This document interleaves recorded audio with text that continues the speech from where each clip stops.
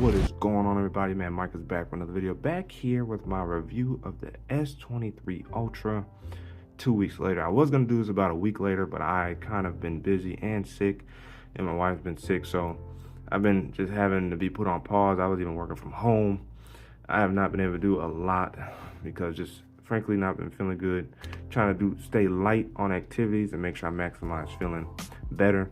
But yes, the Galaxy S23 Ultra, a phone Samsung has created. By the way, Rinky, if you guys haven't already, check that Rinky video out for these cases. You guys already know I did those. I did these four right here. I'm probably gonna put this one on next, but I like this smoke matte right here. Beautiful. Put that off to the side for now. How has my experience been with the Galaxy S23 Ultra? There's a wifey. Oh, such an amazing experience. I have been enjoying this very, very much. Now, clean off that front there. Oh, better yet, that's what a wipe is for. The first thing I really want to talk about is battery life. Like, I want to get that straight out of the way. Battery life has been fantastic. And if I haven't already, I probably started putting some screenshots of how my battery life has been early on. I'm gonna save some of my more recent screenshots for the official review later. But 2 weeks in, and some of my initial screenshots, my initial battery life as it was learning my usage patterns has been amazing. One of the things that you guys will appreciate about that is the fact that the new Snapdragon for Samsung Galaxy mobile platform, that mouthful of phrase, has largely benefited the S23 series, specifically here with the Ultra. Why is that? Samsung has made refinements to the software to make it so much more fluid, so much faster, so much more responsive. It's really up there with what some would consider on the likes of Apple, how Apple's iOS feels very fluid, very just non-invasive in terms of trying to use it. You get that here with the Galaxy S23 Ultra. And because of that 8 Gen 2 processor, which performs much better than the 8 Gen 1, and Samsung coupling that with refined software, you experience a whole lot better experience with the S23 Ultra over the S22. Yes, you notice the difference between the S22 and S23. Does that mean the S23 is a bad phone? No, it's not. It's it right here. I'm gonna miss it. I traded it in for this, of course, but it's, by the way, I'll have a comparison down the road. But largely, the S23 Ultra is worth the update. Now, why is that, you may wonder? Again, you're getting a newer experience. You're getting refinements that was needed for the platform. Now, by the way, I'm recording this off my Pixel 7 Pro, and I'm recording it at 4K 30, so you may not be able to get to notice the complete smoothness in video because I'm recording at a lower frame rate, but the 120 hertz is refined, is responsive. You rarely ever notice it moving slower than that, like at 60 or whatever. You really you don't notice it unless you're using modes and routines or using, rules, so to speak, which is maybe more of a Pixel thing, to set when 60 frames should be used.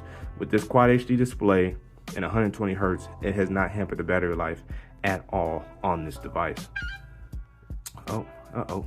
So, what's next to talk about? UFS 4.0.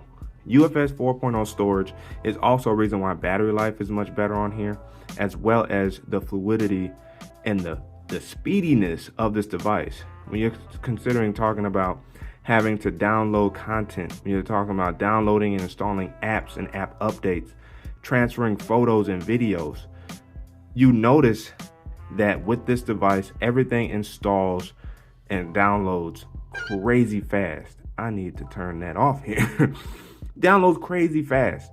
That's one of the things you immediately notice with this, and I'm telling you, UFS 4.0 is worlds apart different than UFS 3.1. It really is, and you won't really notice that until you jump in a device using UFS 4.0. But that coupled along with Samsung's tweaking of the 8 Gen 2, you really feel a different phone. And I like it. I like it a lot. This new body style, how has it been from a handability perspective. It's surprisingly lighter than I would have imagined, because it does seem like they added a little bit of extra room.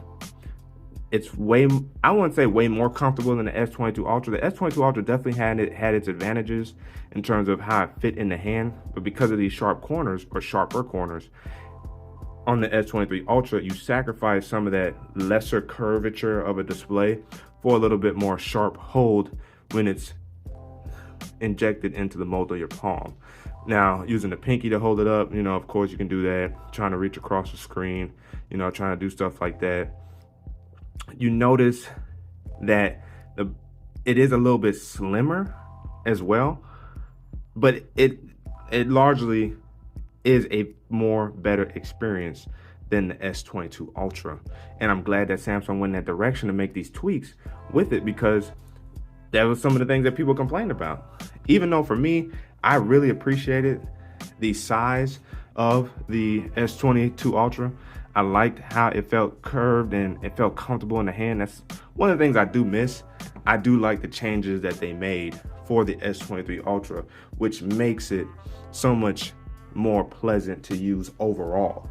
Not just in moments and instances, but overall. Now, you know, we can't go without talking about that S Pen, right? The S Pen being able to control a lot of aspects of your phone, right? So I don't have my little air command dot on, right? I don't have it on. I just like pressing the button and bringing up my menu. Hello. Now it doesn't want to bring it up. There we go. Seems like that'd be pointed straight at it. I like bringing up my menu, right? Using Smart Select and Screen Right, being able to scroll capture, which I'm glad they added to Screen Right, because before you couldn't. So now you can properly screenshot with your S Pen by using the Screen Right function, and then scroll capture to capture more of whatever you're trying to capture. I like that aspect of the S Pen. The S Pen also feels so much more natural to use, and you'll be surprised because it did feel natural on the S22 Ultra. It felt natural on the previous gen as well in terms of the Note 20. But with the S23, they really refined their experience of writing on a display. It really feels like you're using a pen and just writing stuff.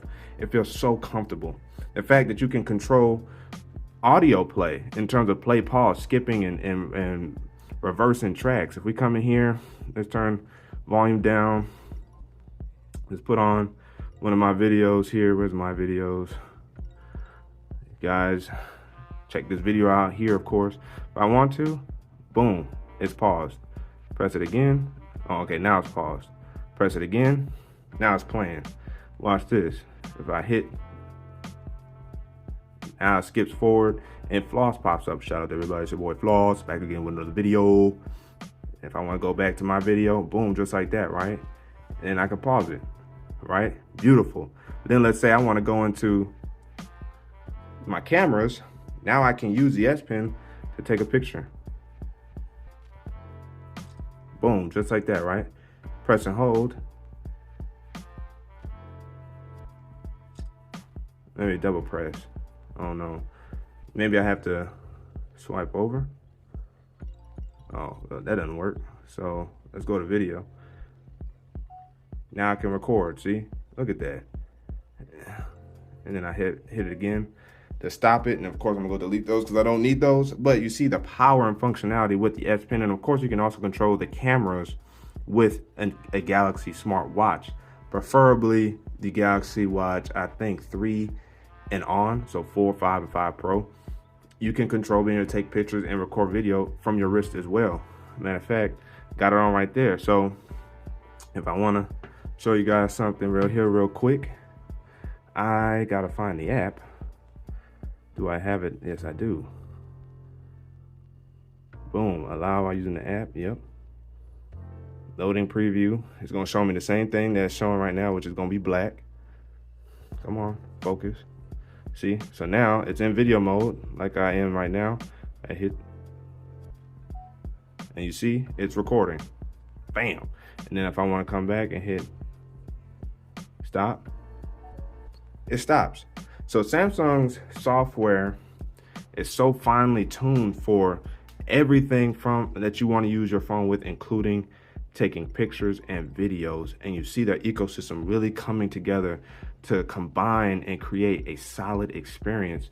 And you're not going to be disappointed with those photos and videos that you share from this device. I have some pictures and a video I'm gonna share with you guys in this video, but it's a preview of a camera test video I'm putting together. It's taking me a little bit of time because I haven't really been out and about like that, so trying to get pictures of different environments, videos of different environments, it's a little bit hard. So I don't want it to be like just the same old kind of stuff. So I'm trying to get those to you in a separate video, but here's a preview of some of that. But this also speaks to how well Samsung thinks about the quality that we want to see with the 200 megapixel. We want to do astrophotography shots. Oh Lord, what is it called?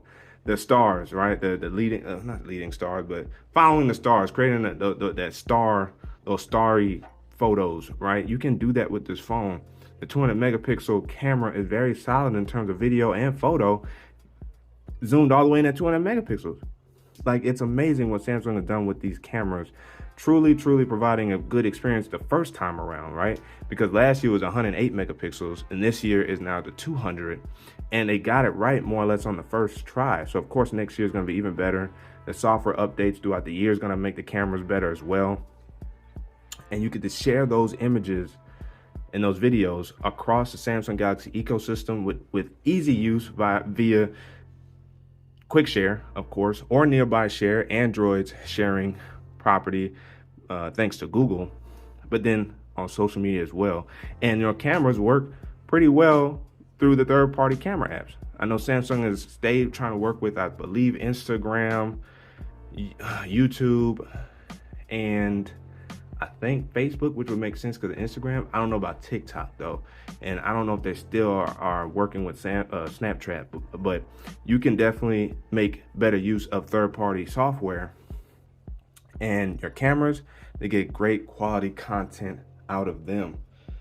Now, the last things I want to talk about is really connectivity, really just connectivity. Google Meet, super solid. The quality, I was not expecting to be so great. I had a great Meet call with one of my friends that lives across the states, and the quality from both of our cameras was really solid when using Google Meet. So again, having no problems with connectivity from the video perspective, and the videos being very solid, A, and B, phone calls have been great. The audio quality has been great. Network connectivity in terms of Wi-Fi has been great. Connects fairly flawlessly. They also have a feature now where you can auto connect. Oh, it's not here, but I think I turned it on. That's why. You can auto connect your hotspot via your Samsung Galaxy devices. So like your tablet or another phone, if it drops off a internet connection, drops off Wi-Fi, drops off mobile data, it will automatically connect to your hotspot as long as you log into the same Samsung profile. That's something that is very useful to have in this ecosystem, and it works. Like, my tablet will always ask me once I leave the house, you want to connect your hotspot, and most likely I do because I'm using it outside the house. Beautiful. And the last thing that I want to highlight is Bluetooth 4.3. Bluetooth 5.3, my bad. Bluetooth 5.3 is so good. It's a drastic difference from 5.2. The reason why I know is because I have a Dodge Dart, and for those who have rocked with Dodges, you will understand that the Uconnect system is very finicky. Uconnect does not like connecting sometimes. Now, granted, it's also been warmer, so that could be part of the reason why, but I know that Bluetooth 5.3 is also a reason why, because my Z Flip 4 has 5.2, and although it will semi-connect, it still takes some time for it to connect media play from my phone to the car. This phone connects within 5 to 10 seconds of me cutting on the car. Instantly, which lets me know Bluetooth 5.3 ain't no joke when it comes to connectivity, and I love it. And because 5.3 is also more power efficient, again, to come full circle, all of these features and enhancements that Samsung has provided on the Samsung Galaxy S23 Ultra have not hindered battery life. They have only improved battery life. All the more reason to continue using this phone for a long period of time. So that's my 2 weeks review. How's my experience been, my first impressions, all that fun jazz. I will have a camera test like video coming soon. I'm gonna try to get out, take more pictures, take more videos. That way you guys can get to see more from the phone, more from the microphones, which perform very well too, by the way, before I drop my review in another couple weeks to be more rounded in thought. Let me know down in the comment section below what you guys think about the S23 Ultra, this cream color, which is fire, and what Samsung provided this year. Do you think it was worth the upgrade over the S22 Ultra? Let me know down in the comment section below. But again, as always, if you guys haven't already, make sure to hit the like button, subscribe to the channel, hit that notification bell so that way you miss my videos. So we sit back, so I can see what's cracking. Man, Micah signing out. Until the next video. Woo. Wait for it.